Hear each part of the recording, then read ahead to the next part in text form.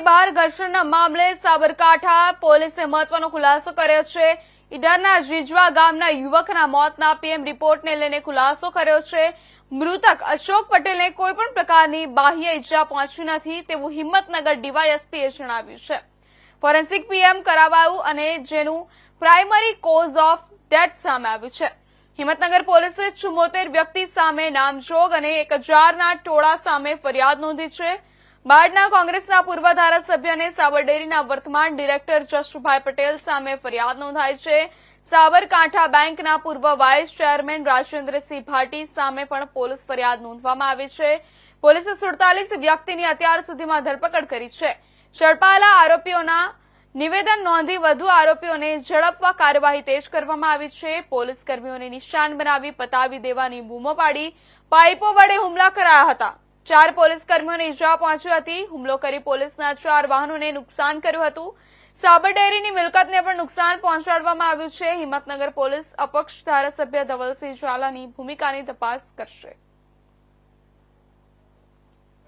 હિંમતનગર પાસે આવેલ સાબરડેરી પાસે ભાવફેર બાબતે લોકો ભેગા થયેલા પશુપાલકો અને જે સભાસદો છે એમણે ગેરકાયદેસર મંડળી રચી અને ત્યાં પોલીસ સાથે ઘર્ષણ ઉપર ઉતરેલા અને તોડફોડ કરેલું, જેમાં સાબરડેરીના મુખ્ય ગેટને તોડફોડ કરેલી, બાજુમાં રહેલી ગ્રીલને તોડફોડ કરેલી, પોલીસના સાધનોને નુકસાન પહોંચાડેલું, વાહનોને પણ નુકસાન પહોંચાડેલું હતું અને પોલીસ અધિકારી કર્મચારીઓ પણ ઈજાગ્રસ્ત થયેલા હતા।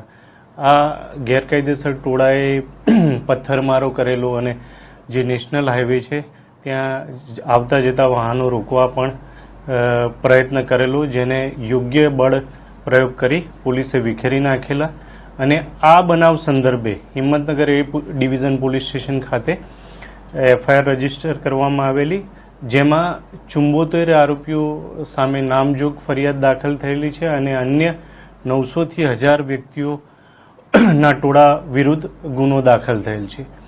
આ ગુનાની તપાસ હાલમાં ચાલુ છે અને આ તપાસ દરમિયાન 47 આરોપીઓને અત્યાર સુધી અટક કરવામાં આવેલા છે। અન્ય તપાસ તજવીજ ચાલુ છે। આ બનાવ સંદર્ભે એક અશોકભાઈ પટેલ જેમનું મરણ ગયેલ છે એમનું ફોરેન્સિક પીએમ કરવામાં આવેલું છે અને પ્રાથમિક કોઝ ઓફ ડેથ ડૉક્ટર તરફથી આપવામાં આવેલ છે, જેમને કોઈ પણ પ્રકારની બાહ્ય ઈજાના કોઈ પણ નિશાન જણાયેલ નથી। એટલે કોઈ પણ બાહ્ય ઈજાથી એમનું મૃત્યુ થયું હોય તેવું હાલના સંજોગોમાં જણાતું નથી। કેટલા ટીયર ગેસના સેલ છોડવામાં આવ્યા હતા? કેટલા પોલીસ કર્મીઓ ઈજાગ્રસ્ત છે? પશુપાલકમાં કોઈ ઈજાગ્રસ્ત? આશરે 50 થી વધુ ટીયર ગેસના સેલ છોડવામાં આવેલા, 4 થી વધારે વાહનોને નુકસાન થયેલું છે। અન્ય તપાસ હાલમાં ચાલુ છે। રાજકીય કોઈ વ્યક્તિઓની સંડોવણી આ ફરિયાદમાં હોય, ઉલ્લેખ કરવામાં આવ્યો હોય, ધરપકડ કરવાની બાકી કે કઈ દિશામાં કાર્યવાહી? જે એફઆઈઆર છે એમાં પૂર્વ એમએલએ નું નામ છે, બીજા જે વાઇસ ચેરમેનને છે એમના નામ છે। કેટલા લોકોને અટકાયત કરવામાં આવી? હાલ સુધી 47 આરોપીઓની અટક કરવામાં આવી છે। કોર્ટમાં રજૂ કરવામાં આવશે અને કેટલા દિવસના રિમાન્ડ માંગવામાં આવશે? પોલીસની તપાસની કાર્યવાહી ચાલુ છે, એ યોગ્ય કાયદાકીય કાર્યવાહી કરવામાં આવશે।